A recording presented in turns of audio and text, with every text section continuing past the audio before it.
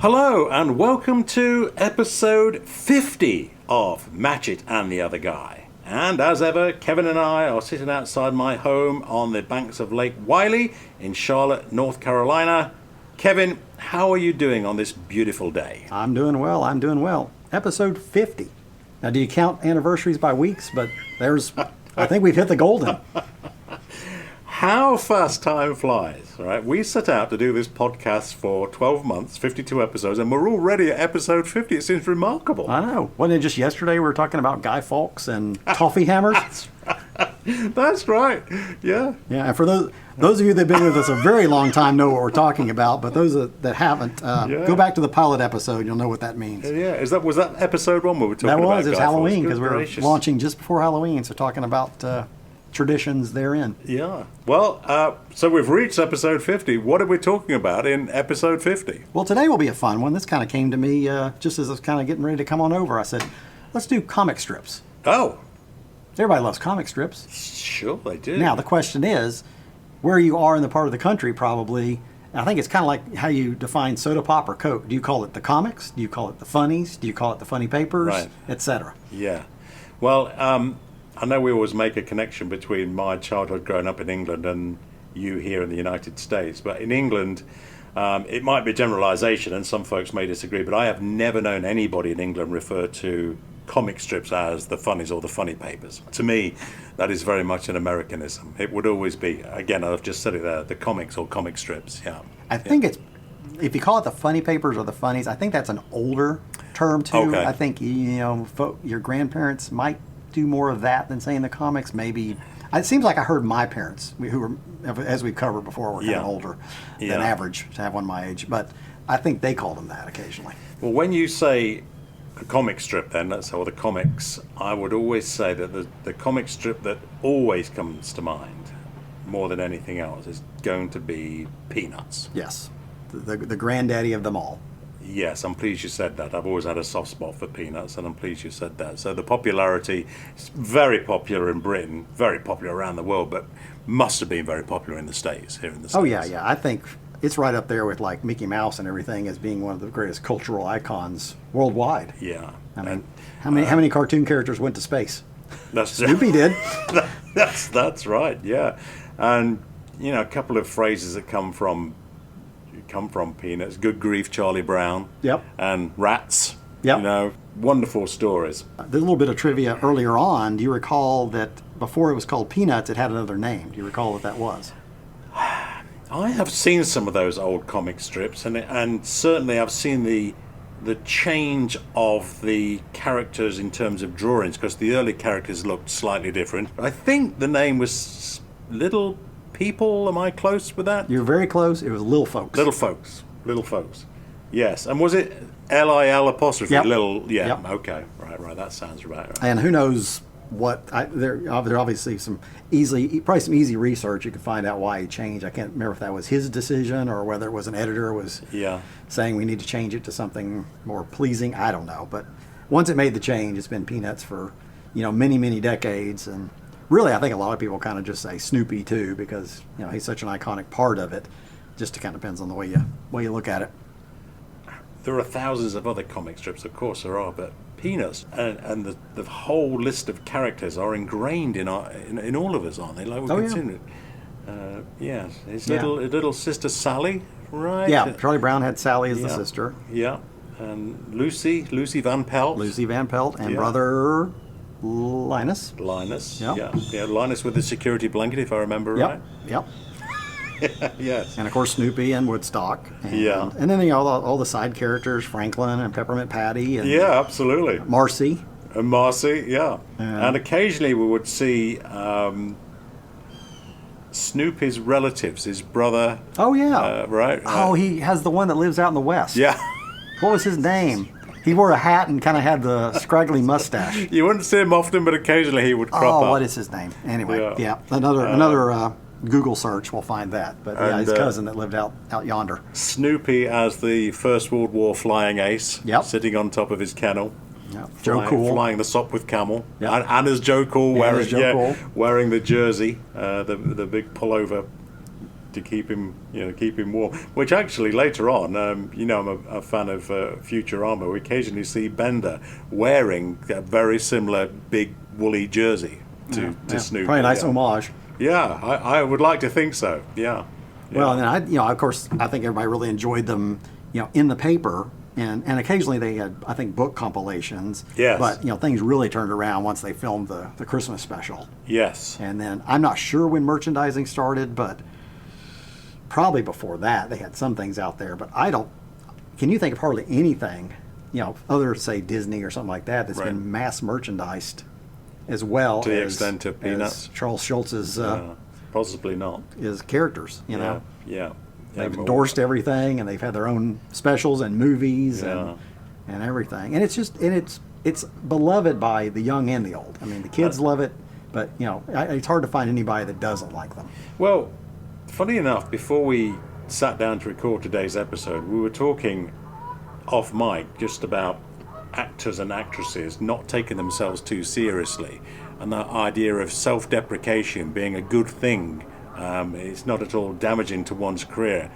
I don't think when you see very famous actors mocking themselves, I think is a good thing. But when you look at Charlie Brown, that's kind of all Charlie Brown does as the star, really, of Peanuts. He's downtrodden from day one. From day one, and it's just sort of that expose of Charlie Brown just accepting that he's got all these problems in life. And it's that image of him, isn't it? Like, he can never kick the football because it's always Lucy will always move it out of the way, so he's never allowed to kick the football.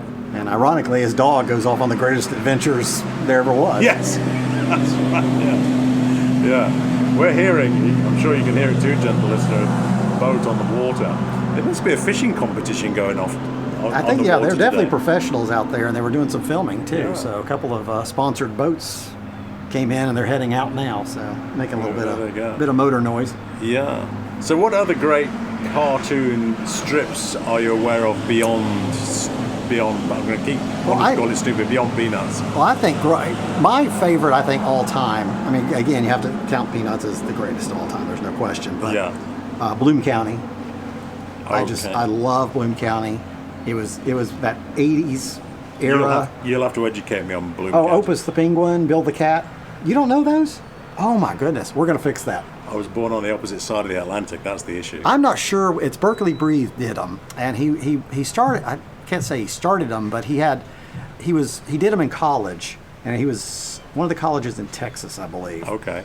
And I believe they started as a strip called Academia Waltz. All right. Or something similar to that, and it became Bloom County. And his main one that everybody knows is Opus the Penguin, and just this disheveled cat called Bill the Cat.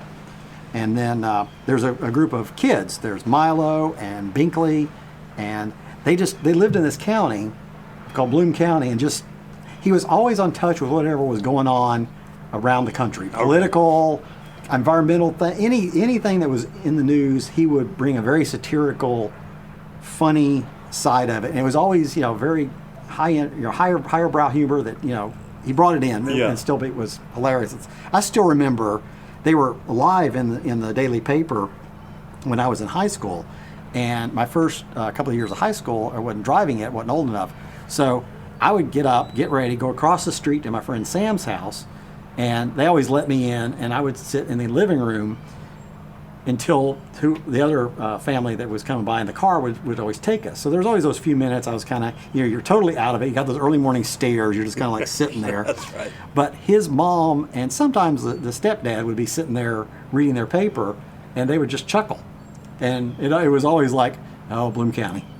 So they always got a big kick out of it. And then they started like the compilation books, that you'd buy at the bookstore of so many of them put together.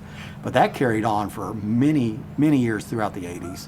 And he's actually he went into retirement and then came back a few years ago, I think around the Trump presidency or the Trump first run-up to being elected, and said he had to come back, I think, and just comment on all that's going on. There's too much material that I can't. Too much great material out there, and I'll see it. Like I follow him on or connected on Facebook, so it's on my feed. When I see it, there'll be a strip every few days or something like that. So I don't read it as religiously as I used to, but That's one of my all-time favorites. I can sit and read the books and still laugh out loud sometimes. Now, on the opposite side of the Atlantic, I wonder if you've heard of a character called Andy Capp. Does Andy Capp? I was going to say that. That's my best connection to, I think, English connection. Yeah. Andy Capp going down to the pub. Andy Capp going down to the pub is exactly right. And gentle listener, if you're not familiar with Andy Capp, you would see this little cartoon drawn character with a fairly prominent nose, if I remember right, but the cap pulled down. He had like a flat cap that he was wearing, pulled down over his eyes, and so the brim of the cap was kind of drooped across his nose, so you never really saw his eyes. Is that right? Think of Brian Johnson from AC/DC in comic strip form, and there you've got him. I wonder if that's where he decided to take the cap from. There might be a connection there somewhere. It could well be, yeah. And the image that always strikes me from Andy Capp is, yes, he was always down the pub having a beer, and his hard-boiled wife would always come and drag him out of the pub and then inevitably get involved in some sort of fist fight, and there'd be just this sort of cloud of dust and smoke blowing around with the occasional hand sticking out of the of the cloud there. Yeah, Andy Capp. Yep, I definitely remember. Well, and too, it depends on where. I've obviously lived in a few different places, and different ones are picked up by your local paper, as being syndicated. So you'll get a different set in every city you live in. Yeah. As to what what we read in Leesburg was different than what I read in Knoxville and what I read in Jacksonville or wherever. Yeah. Did they do it the same way they do it here in the States? There, where you'd have the daily black and white, and then you'd have a color insert on a certain day of the week, like here it's obviously Sunday. Well, I'm not aware of the colour inserts, although we most definitely used to have the colour supplements on Sunday's newspapers. Mm-hmm. So I'm going to say yes, but but most definitely the comic strips would be in most national papers. There would be 3 or 4 together on one page. Yeah. Usually having maybe 4 or 5 or 6 slates, if you like, individual images to tell the story. But yes, I imagine they did used to have the coloured ones on a Sunday, yeah. Yeah, growing up, I mean, it's been that way since probably way before my time, that there's the printed ones inside the paper on the weekdays and Saturday, and then on Sunday there's the whole section of 2 or 3 or 4, well, it can't be 3, but multiples of 4 or 2 pages of pure color cartoons, and usually there are more panels to them as well. But also there's the cartoonists that only work in the single panel format, which is a totally different, I think, talent. Yes. My mom always loved the Family Circus growing up. When I was growing up, she liked that one. It's kind of tame, but Gary Larson with The Far Side was the master of those. Okay. He just did the one panel, and he goes down with Berkeley Breathed and Bloom County as one of the greatest of all times in my book as well. There's many of those I still could laugh out loud at. And he did it in one panel every time. It's amazing. It was an amazing talent to tell a story, get your message over in one panel. Yeah. Yeah. I remember in one of the Monty Python books that came out in the 70s, whether it's the Monty Python Big Red Book, which was blue, or the other one, which the name escapes me now, there was one comic strip in there that was called The Adventures of Walter the Wallaby. Did you ever get to see that? No. I was wondering what totally different ones you had that we had. You will find you have seen it in my house, right behind where we're sitting here. Next time you go in the kitchen and have a look where the fridge is, I've got a colour photocopy of Walter the Wallaby. Oh, okay. In the house, but it's just a one-off thing. But it was The Adventures of Walter the Wallaby, and the reason why I always find it so funny is because the cartoon, the way they draw the cartoon, it breaks the fourth wall and brings the viewer into the world of the cartoon, where it's 2 characters and they're saying, we're being joined by Walter the Wallaby today, and we're going to be smoking cigars and drinking beer. And the next panel is them waiting for Walter the Wallaby to arrive, and the next panel is waiting for Walter the Wallaby to arrive. And it's just a desert scene slowly going over panel by panel by panel. And towards the end of the cartoon, on one page, you see a big blob of black ink over the panel, which is blocking the path from one panel to the other. And so Walter the Wallaby, unfortunately, can't get to join his friends because his journey is blocked by the blob of ink on the page. And the last caption reads something like, "I don't think Walter's coming to join us today." That it just does something for me. The fact that, however that cartoon was drawn, was to bring the viewer and make it aware that it's a cartoon. It works. I like when they do something like that, and they cross. Sometimes you'll see them cross over, where one artist will put one of their colleagues' characters in their strip for something. Oh, that's cool. Rarities, and I know they did, like when Charles Schultz died. So many of them did homages to him, which were really, really good. That'd probably be a good thing to look up. Just look up all the great ones that all the other well-known animators did to honor him. Yeah.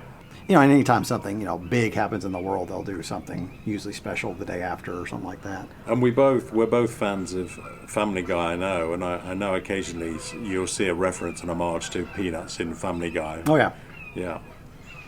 And occasionally you'll see Brian the dog doing Snoopy's Happy Dance. I've seen that a couple of times as well. Yeah, you either get it or you don't get the reference, but that's what it is. Yeah, and it's funny how you mentioned, at the earlier drawings, Snoopy was much more flat. His nose was flatter, and he looked quite a bit different than he looked, going into like maybe the 70s or whatever. Yes. He got more rounded.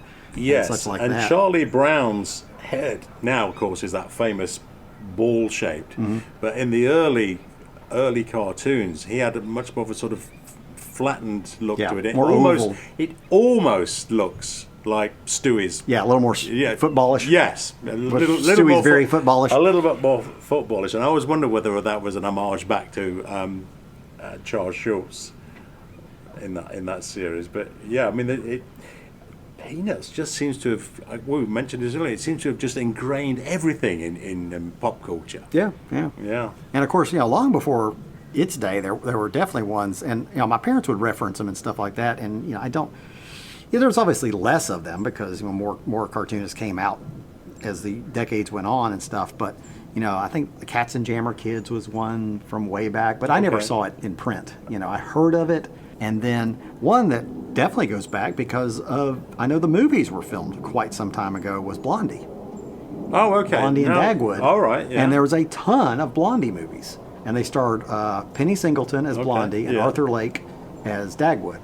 And for a while, and this was like perfect for like college age because they would show these old Blondie movies, and it was like Blondie goes to work, Blondie goes on vacation. Right. But they would show them like on Sunday mornings, and it was just kind of that perfect, just chill out and watch a Blondie movie or have it on in the background. I really enjoyed them. They were actually pretty funny. That's cool. And it's funny seeing the same characters, all the time. And I don't think they really did it in the comic strip, but like the little boy in the movie, they called him Baby Dumpling.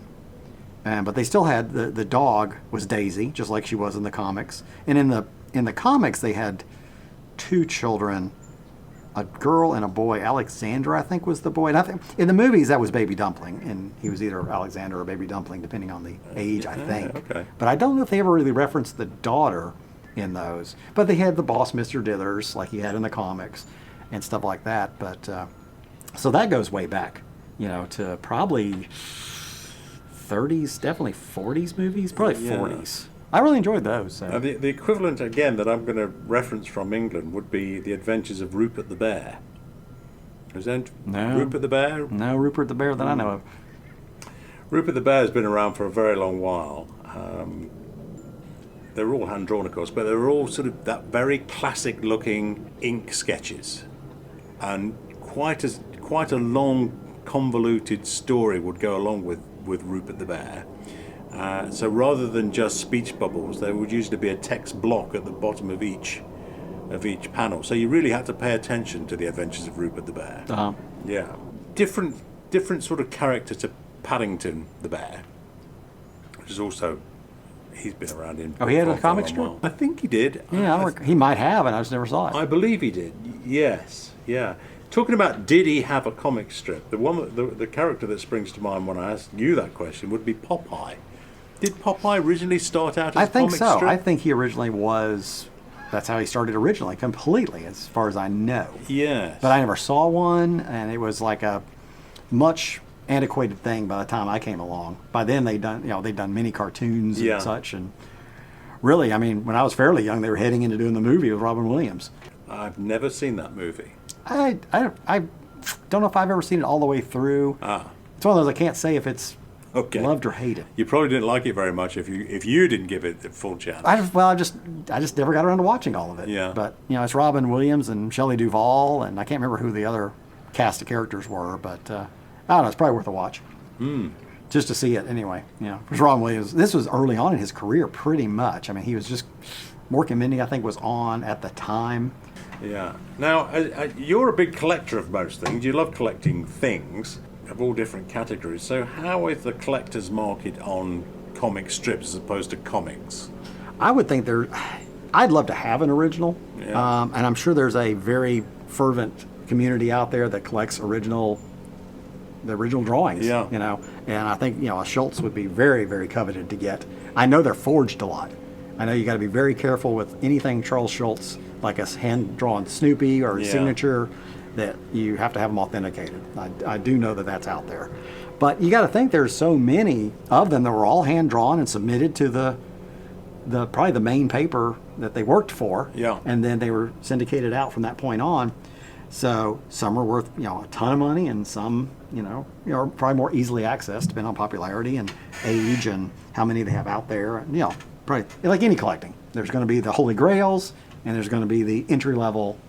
But I think it would be cool to have an original something. I just never have. Yes, well, I couldn't agree with you more. An original Charles Schultz drawing on one's wall would be a wonderful thing to have. Exactly. Yeah. I do remember a friend of mine lives up in D.C., and he goes to a lot of like book signings and stuff like that. Okay. And he went to being in D.C. There's a lot of book signings because that's obviously going to be a major city that somebody's going to hit to do one. So he was a fan of Scott Adams, who did Dilbert. Okay. And he got there really early. He wanted to be first in line and such like that. Well, he got there so early that Scott Adams kind of arrived early too, and he had my friend Chris had brought his books, and he's like, I appreciate you coming so early and all this stuff. And he says, and I don't do this for everybody, but he flipped it open and signed it, but then drew him a hand-drawn Dilbert in the book. And he said, wow, you're the only one getting that today. That's cool. So I was like, hey. That's really cool. Yeah, isn't that nice? Yeah, absolutely. So I was like, that's cool, stuff like that. Yeah, I mean, if I ever come across the opportunity, maybe a charity auction or something like that will pop up where something is out there. And along with all the great classic ones that we've seen over the decades, there's a newer crop that have popped up over the past few decades more recently. And one of my absolute favorites of the newer group, I think he's been around since 1990 or so, is Brian Crane's Pickles. Okay. It's in pretty much, I think, every newspaper, that kind of thing. I see it everywhere that I've lived recently, in the past few years. Yeah. And it's mainly this old man, he's retired, I guess, and his wife, and occasionally the grandson will be in it, and occasionally the daughter, who's I assume the mother of the grandson, and then their dog looks like a beagle. He's in it, but it's the wittiest cartoon out there right now. I will laugh out loud on occasion with that one. Yeah. I just love his one-liners. That's my favorite of the newer group. It must be wonderful to draw a cartoon strip and be syndicated and think, wow, if this continues, it gives you the freedom to just do what you love to do. Yeah. And then, of course, you may be one that's just, it's wonderful being syndicated. I'm sure you do well. And then there's one that you go stratospheric, like Charles Schultz or like Jim Davis of Garfield. The ones that just become merchandising booms. Yes. So, but you never know what's going to click with the pop culture world and become the great thing, But I've always heard it said, not particularly for cartoon strips, but in animation in general, the tell of a good animated character is, can you identify the character in silhouette? If you just see the black image on a white background, do you know that it is X character? Yeah. And if you can identify them, you've got it right. Yeah, that'd be a fun little quiz. Like have all the somebody make all the cartoon characters as silhouettes and see how many you can name. Well, you can imagine. I bet there's a quiz out there. Snoopy, for example. There's no question. Such an obvious one to go to again, but you can identify from silhouette. Yeah, from 1,000 paces. Yeah, and you could probably pick out Dennis the Menace or Beetle Bailey or something like that. Yeah. But there's probably definitely some of the older ones. It'd be funny to look at the older ones and go, I'm going to guess that's so-and-so. Yeah. But, talking about going back to the one panel. Yeah. Weren't you in one that was a one panel at one time? Yes, I was. That's absolutely right. Jim Bamber, who used to draw the panel on a weekly basis for Autosport. Magazine. Poor old Jim Bamber's no longer with us. Yeah. Yes, I was wonderfully impressed to be the subject of his artwork in one of his cartoons. which would have been in 1995, and it was when I was nearly dragged down the pit lane behind the back of Johnny Herbert's Benetton. And the caption reads, it's the gentle listener, if you're unfamiliar with this, you might be able to find a picture of it on the internet. I'm not sure, it may be out there. But the panel shows Johnny Herbert driving the Benetton with me hanging on for dear life to the jack at the back, and the caption reads something like "Give the chaps a wave next time round, Steve," or something. Oh, okay. Yeah.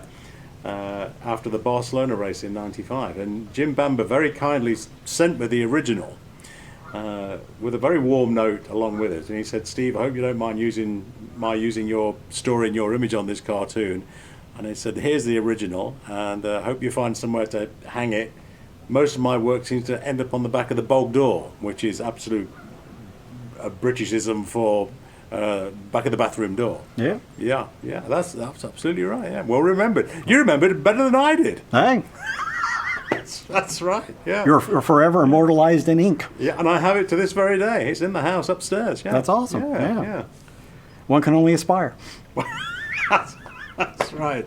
Yes, but for many years, Jim Bamber, on a weekly basis, used to draw his panels, and he had this. One of his techniques, we were thinking about things being very individual and how do you put a unique spin onto artwork. And Jim Bamber's thing was the vast majority of his characters, he typically focused on the drivers, but they would always be wearing their helmets. And so you would see two great big eyes staring out from behind the helmet. And occasionally he would draw Flavio, or he would draw Ron Dennis, or he would draw Frank Williams, or one of the engineers or team principals. And he would revert back to showing a caricature of their features. Yeah. But the vast majority of his characters, would be wearing the race helmets. Yep. And occasionally, and I think there's a collecting group out there that collects his little figurines, from the different pit crews. And, that's right. And he did a whole series where they're the little race cars, and everything's really exaggerated. Like the car tires look like they're, hard braking, and they're stretched. Yeah. And it's a very distorted view based on his style. But you can get him with, Ayrton Senna's car or Nigel Mansell or something like that. Maybe probably, some of the later ones as well. It would be a highlight of the week reading Jim Bamber's or looking at Jim Bamber's cartoon. Well, and speaking of that opens up, there's a whole group of artists that will work for a magazine. They'll not be in the Sunday paper or whatever, but they'll be a featured, cartoonist and maybe have multiple ones in each issue for various magazines, whatever. I think probably the most famous of those would probably be the artist or artists that do for the New Yorker. I think theirs are very probably coveted on the collector market for originals too. But I think theirs have become kind of a standard. The New Yorker cartoons have been around for forever. Of course, there's some very highbrow cartoons when I look at them, and I have no clue what the joke is when I read it. I get to the end of it thinking I don't understand what that's about. Yeah. But I think that's a reflection on my education. I think more than the failing of the cartoon, probably. Well, and too, in there that whole Seinfeld episode where they're like, it's a Ziggy.